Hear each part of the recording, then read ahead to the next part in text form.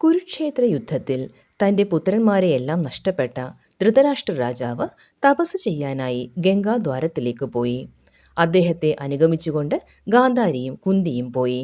വായിൽ ഒരു പാറകഷ്ണം മാത്രം കടിച്ചു പിടിച്ചുകൊണ്ട് വായു മാത്രം ഉൾക്കൊള്ളുന്നവനായി അദ്ദേഹം മൗനവ്രതം പാലിച്ചു. ഗാന്ധാരി ജലം മാത്രം ഭക്ഷിച്ചു. കുന്തി മാസത്തിൽ ഒരു നേരം മാത്രം ഭക്ഷണം കഴിച്ചു. കൃത്യമായ ഒരു സ്ഥലമില്ലാതെ അവർ വനത്തിൽ അലഞ്ഞു നടന്നുകൊണ്ടിരുന്നു. ഒരു ദിവസം ധൃതരാഷ്ട്രർ ഗംഗാസ്നാനം നടത്തിയിട്ട് മടങ്ങി വരുമ്പോൾ ശക്തിയേറിയ കൊടുങ്കാറ്റു വീശി. ഒപ്പം കാട്ടുതീയും പടർന്നു പിടിച്ചു. ഉപവാസത്താൽ അവർ മൂവരും ക്ഷീണിച്ചിരുന്നു. തീ പാഞ്ഞടുക്കുന്നത് കണ്ടിട്ട് ധൃതരാഷ്ട്രർ സഞ്ജയനോട് പറഞ്ഞു, നിങ്ങൾ കാട്ടുതീ ഏൽക്കാതെ പോയിക്കൊള്ളൂ. ഞങ്ങൾ ഈ ശരീരം അഗ്നിയിൽ ഹോമിച്ച് പരമഗതി നേടട്ടെ. അനന്തരം ധൃതരാഷ്ട്രർ കിഴക്കോട്ട് തിരിഞ്ഞിരുന്നു. കുന്തിയും ഗാന്ധാരിയും അദ്ദേഹത്തിന്റെ ഇരുവശത്തുമായി ഇരുന്നു. അങ്ങനെ നിമിഷ നേരം കൊണ്ട് അവിടെ എത്തിയ കാട്ടുതീ അവരുടെ ശരീരത്തെ ഭസ്മമാക്കി.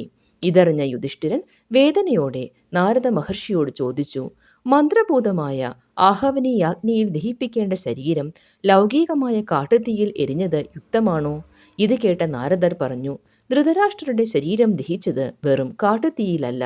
അദ്ദേഹത്തെ അനുഗമിച്ചിരുന്ന പുരോഹിതന്മാർ മന്ത്രഭൂതമായി സൂക്ഷിച്ചിരുന്ന ആഹവനീയാഗ്നിയാണത്. വിജനമായ വനത്തിൽ അശ്രദ്ധമായി അതിനെ വെച്ചിട്ട് അവർ എങ്ങോട്ടോ പോയി. അത് കാറ്റേറ്റ് പടർന്നു പിടിച്ചതായിരുന്നു ആ കാട്ടുതീ.